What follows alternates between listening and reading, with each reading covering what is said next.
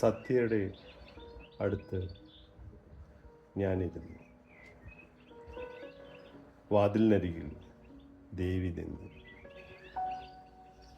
ദേവിയുടെ മുഖത്ത് നോക്കുമ്പോൾ എനിക്ക് പഴയ കാര്യങ്ങളാണ് ഓർമ്മ വന്നിരുന്നത്. ഞങ്ങൾ ആദ്യമായി കണ്ടുമുട്ടിയത് ഒരു മഴക്കാലത്തായിരുന്നു. രാവിലെ തന്നെ ചെറുതായി മഴ പെയ്യുന്നുണ്ടായിരുന്നു.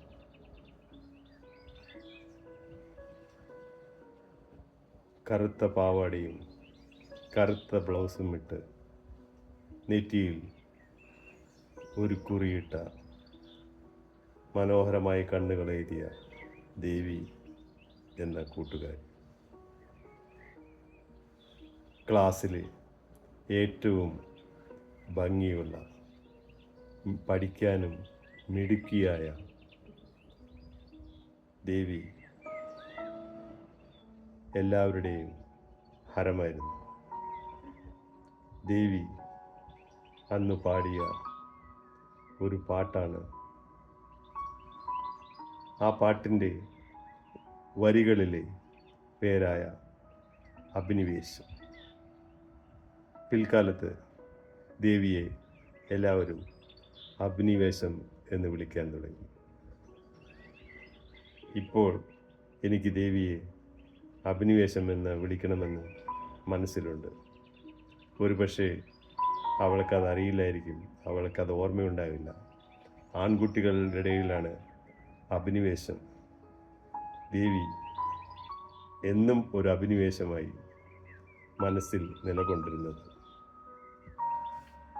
സത്യൻ്റെ അടുത്തിരുന്ന് എൻ്റെ ഉള്ളു വിതുമ്പുന്നുണ്ടായിരുന്നു. സത്യൻ എൻ്റെ കയ്യിനെ അമർത്തിക്കൊണ്ട് കണ്ണിൽ 2 കണ്ണുനീര് വരുന്നുണ്ടായിരുന്നു. സത്യ, കരയരുത് സത്യ, നമുക്ക് ഇപ്പോഴെങ്കിലും കാണാൻ കഴിഞ്ഞല്ലോ. ശേഖർ, നീ വലിയ എഴുത്തുകാരനായി എന്നെല്ലാം ഞാൻ അറിഞ്ഞു. ദേവി ഇടയ്ക്ക് നിന്നെക്കുറിച്ച് പറയാറുണ്ട്, TV-യിൽ നിന്റെ വാർത്ത വരാറുണ്ട്. ശേഖർ, നീ ഇപ്പോൾ എവിടെയാണ്? നീ ദേവികയെ കല്യാണം കഴിച്ചു എന്നെല്ലാം ഞങ്ങൾ അറിഞ്ഞു. ശേഖർ തൻ്റെ ജീവിതത്തിൻ്റെ ഏടുകൾ കുറച്ച് അവർക്ക് തുറന്നു കൊടുത്തു. അവർക്ക്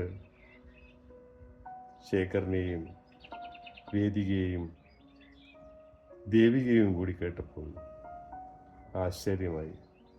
എന്തെല്ലാമാണ് ഈ ശേഖറിൻ്റെ ജീവിതത്തിൽ സംഭവിച്ചിരിക്കുന്നത്? അവർ മണിക്കൂറുകളോളം സംസാരിച്ചിരുന്നു. അവരുടെ കൂട്ടുകാരായ 1-2 പേർ ഇപ്പോൾ ജീവിച്ചിരിപ്പില്ല.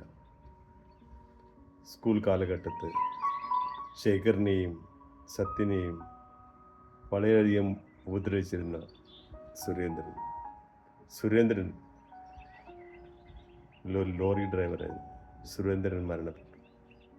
അതുകൂടാതെ രാജേന്ദ്രനും വിട പറഞ്ഞു. രാജേന്ദ്രന് കരളിൻ്റെ അസുഖമായിരുന്നു. ദേവി, എനിക്ക് രാജേന്ദ്രനെ അവൻ മരിക്കുന്നതിന് മുമ്പ് കാണാൻ പറ്റി. എന്നാൽ എനിക്ക് ഏറ്റവും കൂടുതൽ പ്രയാസം വന്നത് നമ്മുടെ കൂട്ടുകാരി പോയതിലാണ്.